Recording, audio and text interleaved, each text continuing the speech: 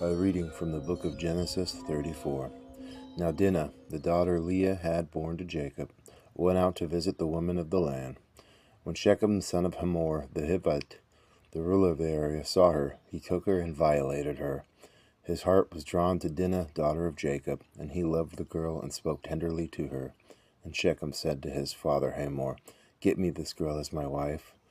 When Jacob heard that his daughter Dinah had been defiled, his sons were in the fields with his livestock, so he kept quiet about it until they came home.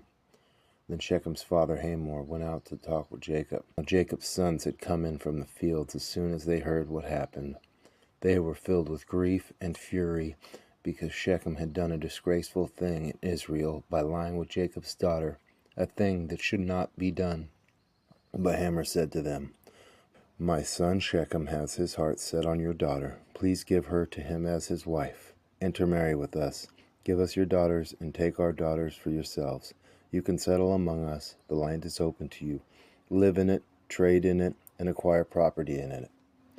Then Shechem said to Dinah's father and brothers, "Let me find favor in your eyes, and I will give you whatever you ask. Make for the price of the bride, and the gift I am to bring as great as you like, and I'll pay whatever you ask me. Only give me the girl as my wife." Because their sister Dinah had been defiled, Jacob's sons replied deceitfully as they had spoke to Shechem, his father Hamor. They said to them, "We can't do such a thing. We can't give our sisters to a man who is not circumcised. That would be a disgrace to us. We will give our consent to you on one condition only, that you become like us by circumcising all your males. Then we will give you our daughters and take your daughters for ourselves. We'll settle among you and become one people with you. But if you will not agree to be circumcised, we'll take our sisters and go." Their proposal seemed good to Hamor and his son Shechem. The young man, who was the most honored of all his father's household, lost no time in doing what they said, because he was delighted with Jacob's daughter. So Hamor and his son Shechem went to the gate of their city to speak to their fellow townsmen. "These men are friendly towards us," they said.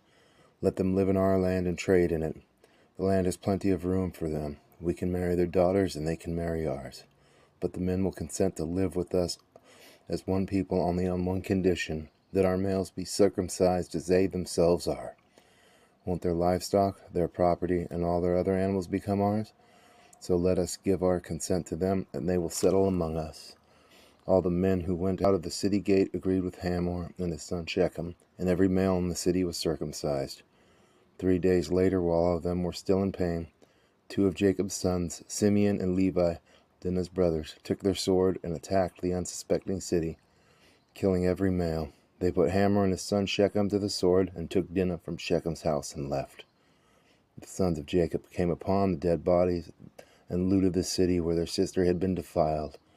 They seized their flocks and their herds and donkeys and everything else of theirs in the city and out in the fields. They carried off all their wealth and all the women and children, taking as plunder everything in the houses. Then Jacob said to Simeon and Levi, "You have brought trouble on me by making me a stench to the Canaanites and the Perizzites, the people living in the land. We are few in number, and if they join forces against me and attack me, I and my household will be destroyed." But they replied, "Should you have treated our sister like a prostitute? Justice is yours, O Lord. Vengeance is yours, as you say.